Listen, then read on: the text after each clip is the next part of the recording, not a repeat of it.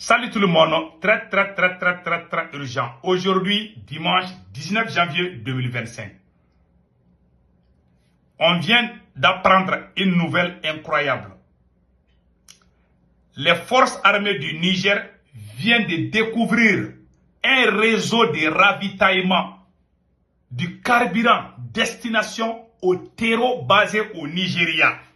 Je répète encore, l'armée du Niger, les forces armées du Niger, les FDS du Niger, viennent de découvrir un grand réseau mafieux de ravitaillement de carburant au terreau Boko Haram basé au Nigeria.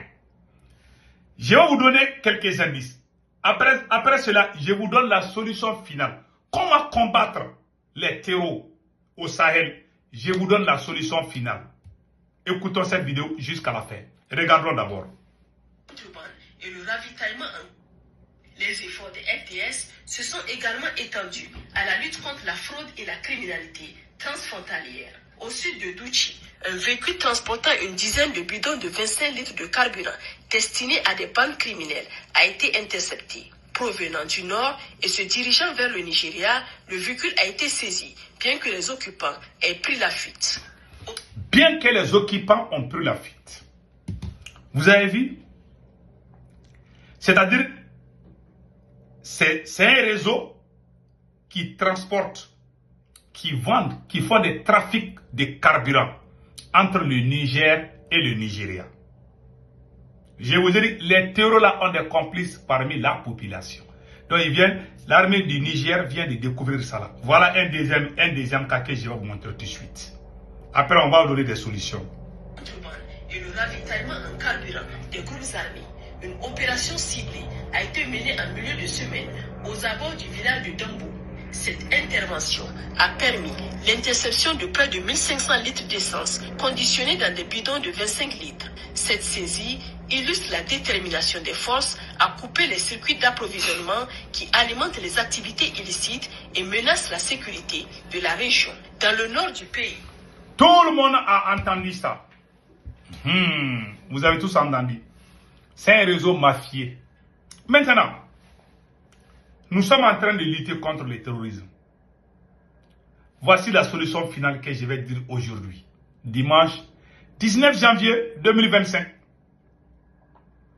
Le chef d'état-major général des armées du Niger, le chef d'état-major général des armées du Nigeria, du Bénin, du Tchad. Si c'est chef d'état-major général généraux des armées, c'est-à-dire que les chefs militaires des pays de l'AES, plus le Nigeria, plus le Tchad, se donnent la main. Boko Haram, le groupe Boko Haram se trouve à la frontière entre le Niger et le Nigeria. Mais ils sont logés sur le territoire du Nigeria. Si nous voulons réellement combattre les terroristes, voici la solution finale.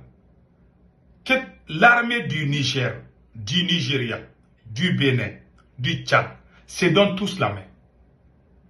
Pour organiser, travailler ensemble, organiser des opérations aéroterrestres, c'est-à-dire des avions de chasse du Burkina Faso, du Mali, du Niger, du Nigeria, du Tchad, se mobilisent tous ensemble. Et tout le monde sait où se trouvent les Boko Haram. Si toutes ces armées se mobilisent ensemble pour faire face à Boko Haram, en 48 heures, nous allons vaincre ces voyous. Pourquoi on ne peut pas faire ça? Pourquoi pas? C'est des petits groupuscules de personnes. Ils sont dans les...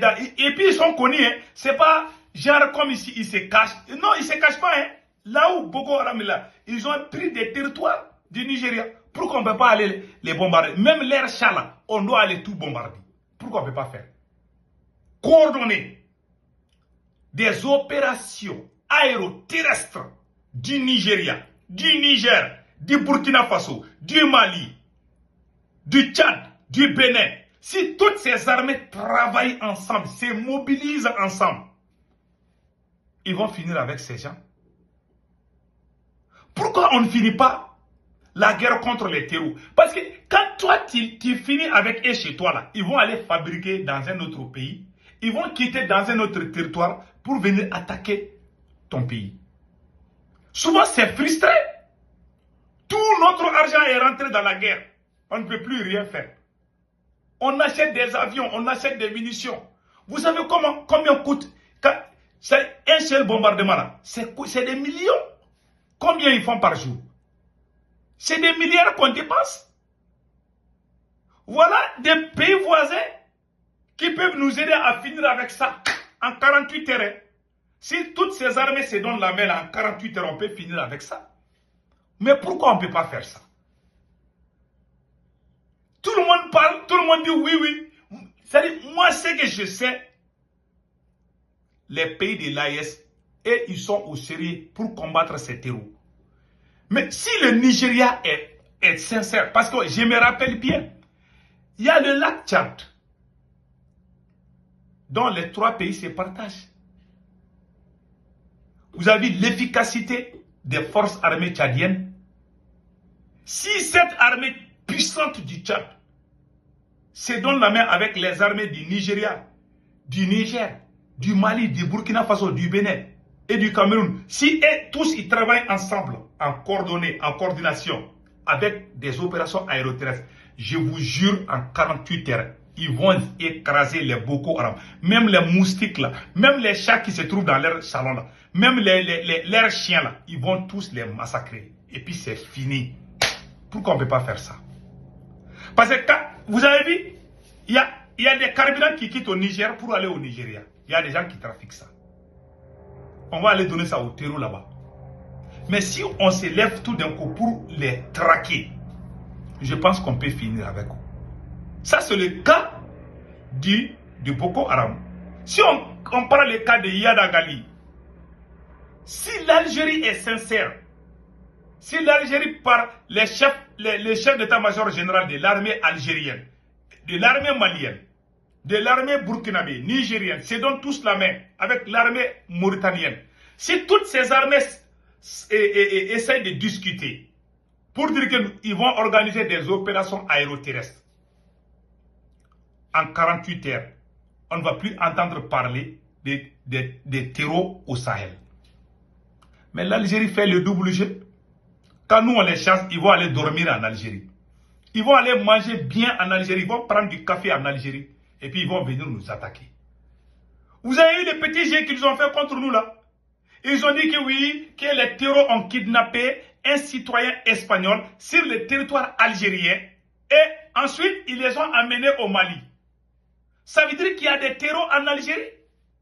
C'est ce que ça veut dire? Ça veut dire qu'il y a des terroristes en Algérie. Voilà ce que ça veut dire. Je vous jure, ceux qui ont fait ça là, ce ne sont pas des terroristes maliens, c'est des terroristes algériens. Ce ne sont pas des Maliens, les gens qui ont kidnappé cet Espagnol là. Ce ne sont pas des Maliens, c'est des Algériens.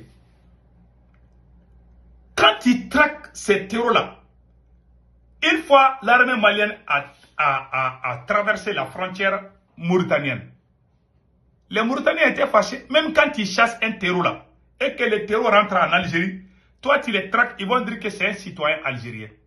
Ils les cachent, ils les nourrissent, ils les arment, et puis ils les envoient nous massacrer. Après ils vont venir, ah nous on ne connaît même pas où se trouve. C'est-à-dire, on nous prend comme des enfants, on nous prend comme des bébés. Entre nous Africains, toi, tu chasses les criminels, ils vont aller dormir chez un voisin.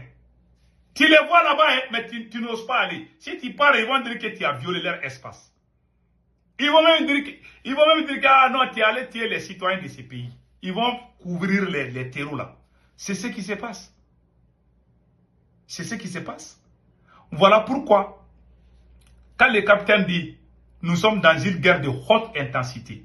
Quand le capitaine a dit ça là, moi j'ai tellement aimé quand le capitaine... C'est pas... Les gens n'ont pas compris quand le capitaine dit qu'on est dans une guerre de haute intensité. C'est pas seulement la France. Il y a des pays voisins qui reçoivent ces terreaux là.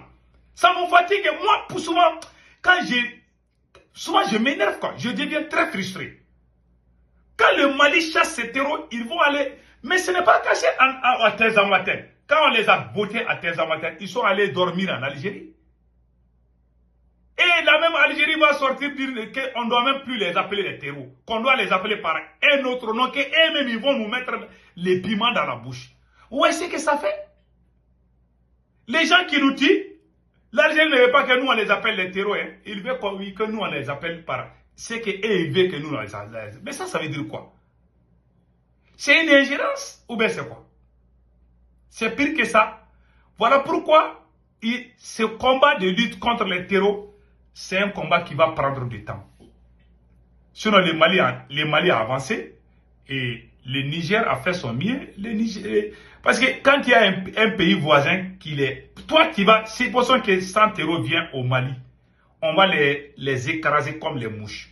Le lendemain, peut-être ils vont fabriquer 1000 euros en Algérie et 2000 euros peut-être en Mauritanie, je ne sais pas. Tant que ces pays voisins-là continuent à recruter les terreaux-là, nous resterons très longtemps dans ce combat contre les terreaux. Mon souhait aujourd'hui est que cette guerre-là finisse pour qu'on puisse penser au développement et autre chose. Mais malheureusement, ce n'est pas facile. Le capitaine l'a dit, hein, je vous laisse écouter le capitaine. Écoutons le capitaine. Prenez ça en compte. Commencez à vous préparer pour la guerre de haute intensité. J'espère que je me fais comprendre. Ce n'est pas uniquement du terrorisme. Ouvrez l'œil. C'est beaucoup plus que ça. C'est une guerre de décolonisation. Et vous avez dû entendre ces derniers jours certains généraux ailleurs qui ont fait comprendre que s'il faille qu'ils viennent avec leurs armées nous recoloniser, il faut qu'ils viennent. Eh bien, préparez-vous à la guerre de haute intensité. Soit ils viendront eux-mêmes, soit ils passeront par leurs valets locaux qui sont ici pour essayer de troubler notre quiétude. Donc quiconque, je dis bien quiconque, que ce soit le terrorisme ou toute autre armée qui doit venir troubler notre quiétude, nous devons nous préparer à les accueillir sur de long terme et intensement. Voilà pourquoi je vous dis, préparez-vous à la guerre de haute intensité. La guerre de haute intensité. Vous avez tous entendu? Voilà ce que ça veut dire. Il y a des pays voisins qui sont tellement hypocrites. Il y a beaucoup de pays qui sont à côté de nous. Quand ils chassent les terreaux là, ça rentre chez eux. Ah, tu rentres là-bas, ils vont dire que tu les as déclaré la guerre.